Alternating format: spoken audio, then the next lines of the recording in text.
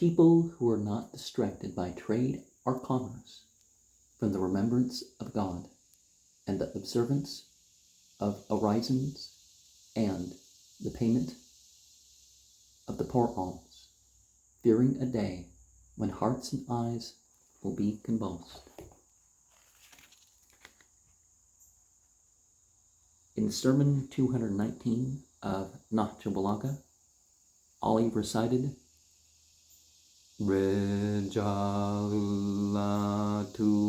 him tijaratun wala biyun an dhikrillai wa iqame salate wa ita'i zakate yaqafuna yamman tataqallabu fihil qulubu wal amsar. The remembrance of God enlightens hearts. It controls the senses. Our way is the middle path, the Shariat Tillah. When we abandon, neglect, and turn the teachings into real-world deeds, it is as if we are already people of the afterlife.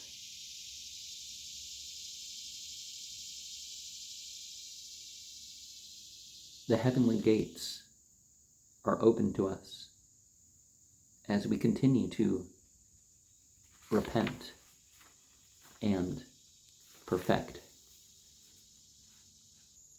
Work on taking account of one's own self.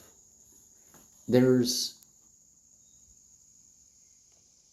accounts of an incident where Muhammad told the people to follow a particular person and learn from this person. And they followed this guy around, and they couldn't find anything special. And they're like, what do you do that's different? And he said, well, when the day is over, I think, what should I have not done? What should I have done? What should I have done better? I'm not sure which order that was said in, but that's approximately how things go. There are different sources that are turned to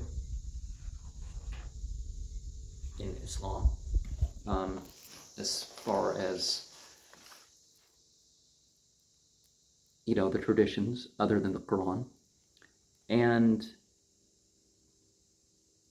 the Shia tradition in particular regards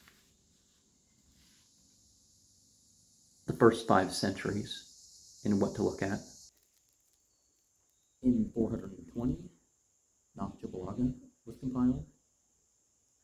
In 460,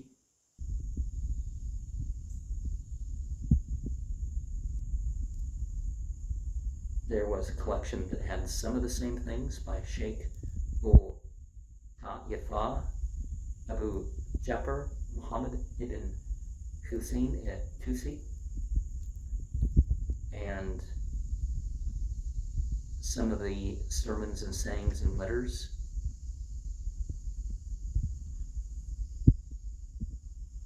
are the same as those in the collection of Sheikh Mufid in Irshad in 413. And the first time some of these sermons was collected, it was by Zayd ibn Wahab Jahmi, who died in year 90 al-Hijra. And so he collected of sermons and letters and sayings in regards to him.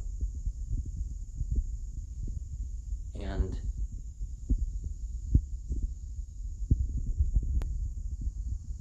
Abdul Hamid bin Yahya, who died in 132, Ibn ul-Muqfa, who died in 142, Jahiz-Usmani,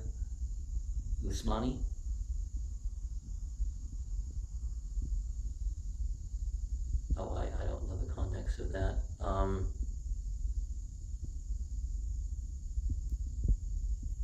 Because I don't know when he was, but these sermons and sayings and letters, when they were recorded, basically the same care was given to the other hadith, that they paid attention to, was there physical remnant of these things, who was in the chain, what is the case of them,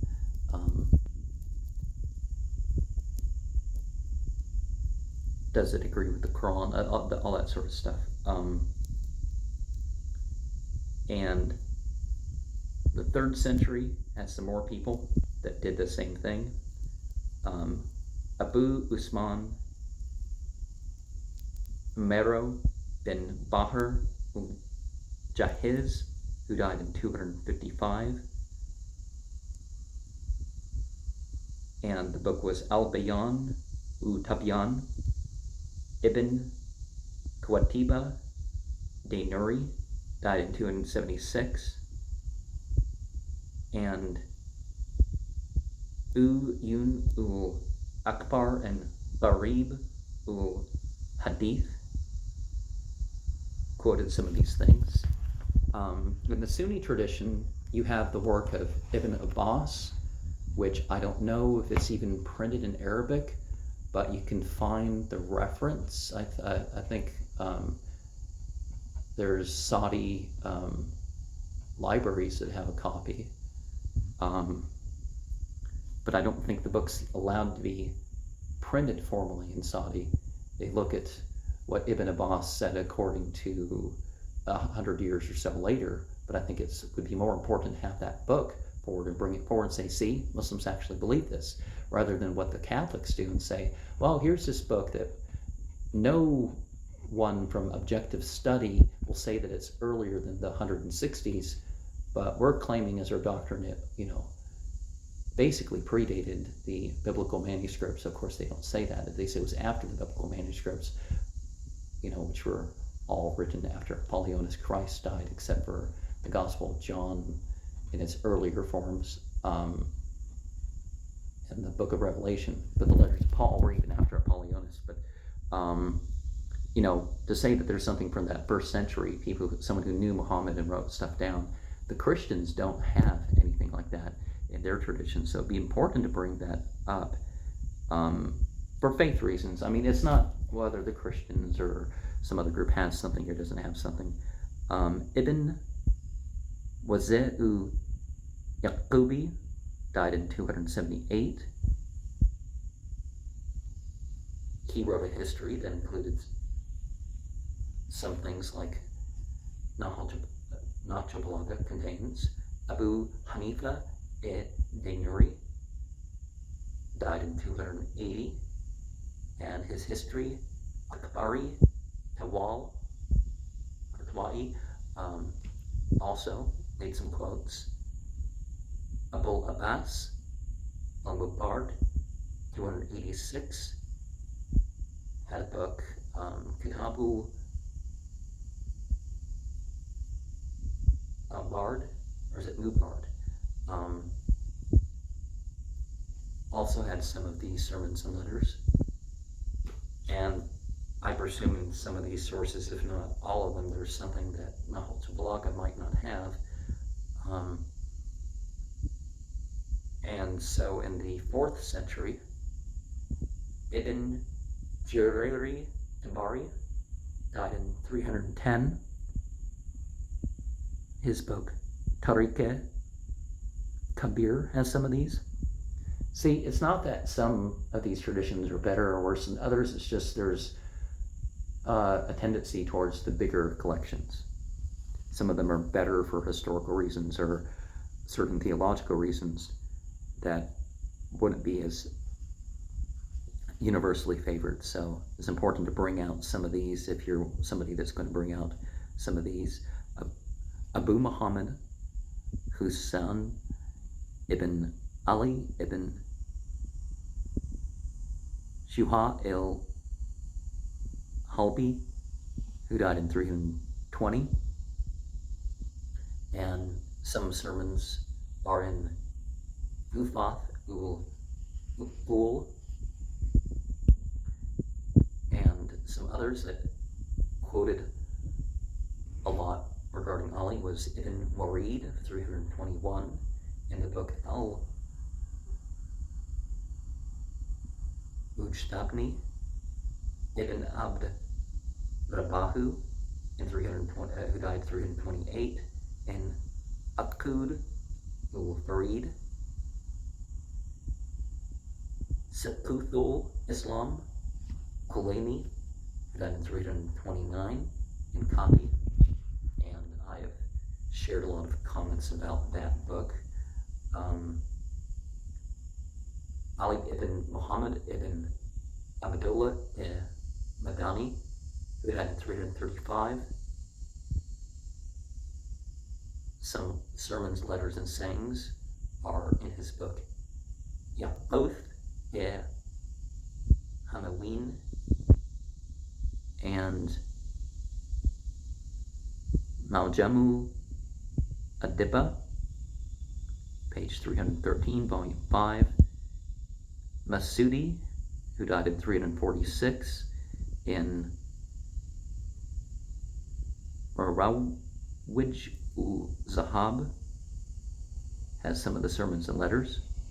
Abul Farj Isfahani, who died in 356, in Albani. Abu Ali, who died in 356, in Nawadir. Sheikh Saduq, who died in 381, in Kitab ul Tawheed, and